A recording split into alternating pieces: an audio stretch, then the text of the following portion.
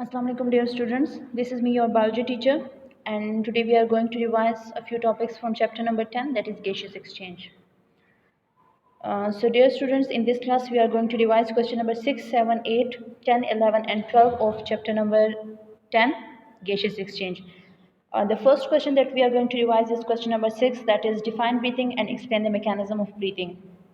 So dear students, breathing is actually the inhalation and exhalation of air, or we can define breathing as the action of taking air into the lungs and sending it out again is called simply breathing. Breathing is a process by which we inhale air and we exhale that air out of the body. Or we can say that the taking in of the air and the letting out of the air, letting it out again is called breathing. It is actually a process which is done to make fresh air available for the process of gaseous exchange, or to make oxygen available for the process of gaseous exchange. Uh, Breathing is actually done in two steps, as we have defined breathing as inhalation and exhalation of air. So it occurs in two phases. The first one, inhalation, and the second one, that is called exhalation. Inhalation is also known as inspiration, while exhalation is also known as expiration. These two phases occurs due to the pressure difference between the lungs and the environment. Air always move from the region of higher pressure toward the region of lower pressure. So whenever the pressure increase outside the body, the air will move from the environment to the lungs. And whenever the air pressure increases in the lungs as compared to environment, the air from the lungs will move outside the body. So by this process, breathing will take place, or inhalation or exhalation of air takes place. So air moves in when the air pressure in the lungs is lower than the pressure outside the body, and this phase is called inhalation. While air moves out when the pressure in the lungs is greater than the pressure outside the body, and this is called exhalation. Okay, as you can see in the diagram over here, the respiratory system is given, and these are the two steps of breathing. The first one is inhalation, and the second one is called exhalation. Okay, there are two structures which have a major role in the process of breathing. One is called diaphragm. This muscular sheet is called diaphragm. It is a dome-shaped sheet, and it separates the chest cavity from the abdominal cavity. It is present beneath the lung. So this muscular sheet is called diaphragm. The second structure which has the most important role in the process of breathing is our rib cage. This is the rib cage which is made up of ribs. These bones are termed as ribs, and in between the ribs muscles are present which attaches to ribs, and these muscles are termed as intercostal muscle. So in the process of inhalation and exhalation, or in the process of breathing, these two structures have the main role. Okay, now coming toward the first phase of the breathing, or the first step of the breathing, which is called inspiration. We also termed it as inhalation. The taking in of the air is called inspiration. And as I have told you earlier, that air moves inside the body or into the body whenever the pressure in the body is lesser than that of the atmospheric air pressure. So during this phase, the volume of the chest cavity increases, and whenever the volume increases, the pressure decreases. So during this phase, the volume of the chest cavity increases, and as a result, pressure in the lungs decreases. The volume increases because of two reasons. The first one, diaphragm, and the second one, intercostal muscles. Okay, now look at the diagram over here. In the inhalation, in the inspiration, this diaphragm, which is a dome-shaped structure, it will move downward. The muscles of the diaphragm, or the diaphragm or muscular sheet, it contracts. As a result, it moves downward and it becomes flat instead of its dome shape.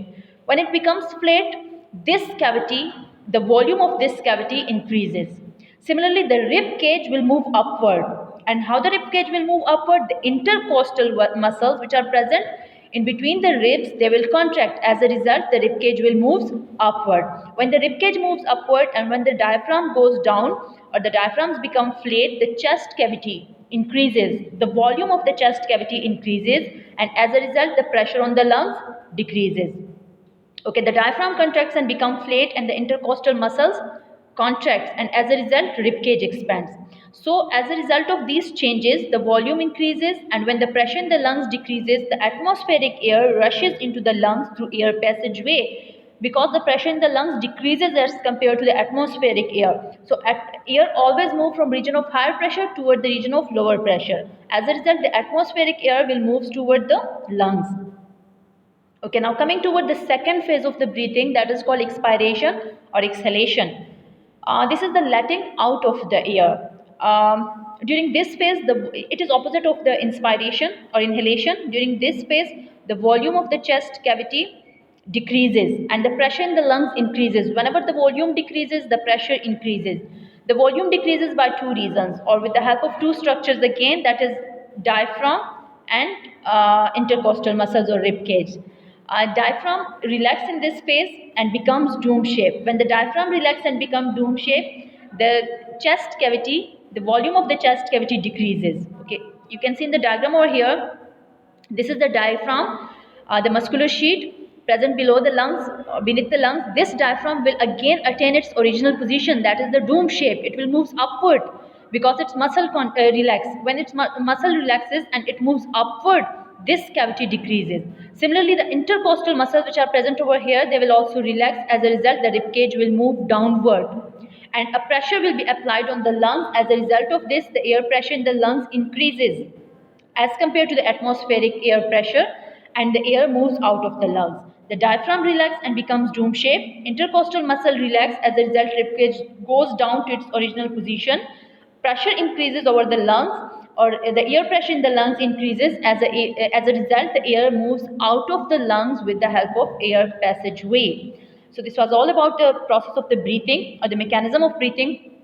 Now moving toward the next question, that is how gaseous exchange occurs in the lungs. Dear students, as you already know the structure of the lungs, that lungs are made up of many sac-like structure which are called alveoli. One is termed as alveolus. So alveoli are actually sac-like structures which are present in the lungs, and they are actually the site of the gaseous exchange, the functional unit of the lungs. So exchange of gases takes place in the alveoli, which are richly supplied with blood vessel. As you can see in the diagram over here, this sac-like structure is called alveolus, and it is covered with a blood vessel with blood capillaries. And this blood is deoxygenated, which is having low concentration of oxygen. While you know that in the alveoli, the air is present which we inhale. And the inhaled air, the atmospheric air, is having 21% oxygen, while 0.04% carbon dioxide. It shows that the oxygen is present in higher concentration over here as compared to the blood vessel which are deoxygenated, which are having deoxygenated blood. So oxygen will diffuse from the alveoli to the blood vessel. It will move from higher concentration to the lower concentration. Similarly, the carbon dioxide which is present over here in a higher concentration, because this is deoxygenated blood, it will move toward the alveoli. So the walls of alveoli are very thin, therefore they are best site for the gaseous exchange. They allow the gases to pass through it. The inhaled air, now let me read out the points for you. The inhaled air present in the alveoli has a higher concentration of oxygen as compared to the blood present in the capillaries. The reason is the blood is deoxygenated, and the inhaled air, which is atmospheric air, it is having 21% of the oxygen. The oxygen from the alveoli diffuses into the capillaries. It moves from region of high concentration toward the region of lower concentration. And similarly, the carbon dioxide concentration in the blood present in the capillaries is more than that of the alveoli. Alveoli have 0.04% carbon dioxide, while the blood capillaries have much more carbon dioxide because that is deoxygenated blood. So therefore, the carbon dioxide will also diffuse. It will also move from region of high concentration toward the region of lower concentration. It will diffuse from the blood into the alveoli. Okay, now moving toward question number 8, that is biological consequences of smoking. You know that tobacco smoke, to inhale the tobacco smoke, this is called smoking, and there are almost 4,000 different chemicals present in the tobacco smoke. Out of these, 69 are termed as carcinogens. Carcinogens means those chemicals which can cause cancer. So there are a lot of harmful effect of inhaling tobacco smoke. We are going to discuss few components of the cigarette smoke over here. The first one is tar, then we will discuss nicotine, carbon monoxide, benzene, formaldehyde, and metals and radioactive compound. Okay, the first component which is present in the tobacco smoke is tar. Tar, the majority of the particulate matter inhaled by the smoker is composed of tar. It stains the teeth of the smoker, it stains the lungs of the smoker, the fingers of the smoker. It gives blackish or yellowish color to the tongue, teeth, fingers, and lungs. It is carcinogen. It is a tumor initiator. It can cause cancer, and it also increases the production of mucus and phlegm. Nicotine, it is the substance which is highly addictive. It causes addiction. It has many harmful effects such as increased heart rate and blood pressure. It causes constriction in the blood vessel. It damages the muscles. It disturbs the hormonal system and metabolism. And it also causes platelet stickiness. Platelets, which are blood cells, it also causes stickiness. As a result, a blood clot is formed inside the blood vessels, and which cause blockage and cause coronary diseases, which cause heart disease. It can lead to heart attack, and it is an addictive substance. It causes addiction, the uncontrollable desire for this drug or this chemical. Okay, the next one is carbon monoxide. Carbon monoxide is formed when a cigarette is lit and it combines with the RBCs. As a result, it prevents the oxygen transportation. As you know that RBC oxygen combines with the RBC and then it is transported in our body. So when the carbon monoxide is there, instead of oxygen, the carbon monoxide binds with the RBC. As a result, it prevents the oxygen transportation, which cause low level of oxygen in the blood. It stays along with other toxic material of cigarette smoke in the air passageway, and it also causes inflammation, impair lung function, and increased risk of different lung diseases. There are some other chemicals which are present in the cigarette smoke like benzene, formaldehyde, metals, radioactive, and almost all of these are carcinogens like benzene. It causes leukemia, blood cancer, formaldehyde. It causes cancer, also respiratory, skin and gastrointestinal, digestive tract problem. There are different metals like arsenic, cadmium, nickel, chromium, and lead which are carcinogen, which cause cancer. Similarly, radioactive compounds are found in tobacco, and all of them are carcinogens. They cause cancer in the body. Then the next question is, what is the effect of exercise on breathing? So dear students, we also have done the activity related to this topic, and you have observed that after exercise the rate of breathing increases.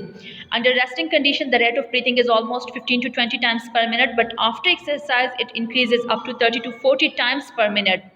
So why it happens? The reason is that whenever we do exercise, our energy requirement increases in the body, and for that more oxygen is required for the oxidation of glucose, for the breakdown of glucose molecule to get more energy. And due to this process, when more cell respiration takes place in our cell, more carbon dioxide is produced. The blood become deoxygenated. It have more carbon dioxide level. This carbon dioxide accumulates in the blood, and when this blood reaches the medulla of the brain, medulla, which is a part of brain which is called breathing center, the medulla detect the high amount of carbon dioxide and send nerve impulse through diaphragm and rib muscle at greater speed. As a result, the diaphragm and rib muscles contract and relax fastly with a greater speed. So because of this reason, the rate of breathing increase during exercise or after exercise. Okay, then there's another short question, which is importance of ventilation. We have ventilators in our rooms, in our classroom, in our bedroom, etc. The reason is that ventilators supply fresh air. They remove the polluted air. As you know that when we exhale in a room, we are adding carbon dioxide to that air, and after some time, we will feel suffocation because the carbon dioxide will accumulate in that room, and the concentration of oxygen will decreases. So after some time we will feel suffocation. So that's why we have ventilators which remove this polluted air, which remove this stale air and supply fresh air to the room. It maintains the humidity level. It reduces allergy like asthma and different respiratory problems. That's why we have ventilators in our rooms. Okay, now coming toward the next short question, that is composition of inhaled and exhaled air. In the inhaled air, oxygen is 21%, while in the exhaled air, there is 61% oxygen. The difference is because some of the oxygen become the part of the blood. It diffuses into the blood. That's why there is a decrease in the oxygen concentration. While carbon dioxide in the inhaled air, there is 0.04% carbon dioxide, while in the exhaled air, there is 4% carbon dioxide. It means the amount of carbon dioxide increases. The reason is carbon dioxide is also produced in our body as a result of cellular respiration. So that carbon dioxide from the blood diffuses into the alveoli. That's why in the exhaled air, the concentration of the carbon dioxide or the percentage of the carbon dioxide increases. The water vapors and the temperature is variable because humidity vary with the environmental changes, with the weather, and there are also diurnal changes in the water vapor. Similarly, temperature also vary with the weather condition, with the climatic condition. So that's why these two factors are variable. But when we exhale the air, it is saturated, it is rich in the water vapor. The reason is that in our respiratory system the air becomes moist, and the temperature become 38 degrees centigrade of the exhaled air. Again, the reason is that when the air passes through our respiratory system, it gets warm. So that's why the variable, the inspired air temperature is variable, but when it is expired, its temperature become 38 degrees centigrade. So, dear students, this was all about today's revision class, and now your homework is you have to revise these questions. You have to learn it again. Revise question number 6 to 12 of chapter number 10. This is your today's homework.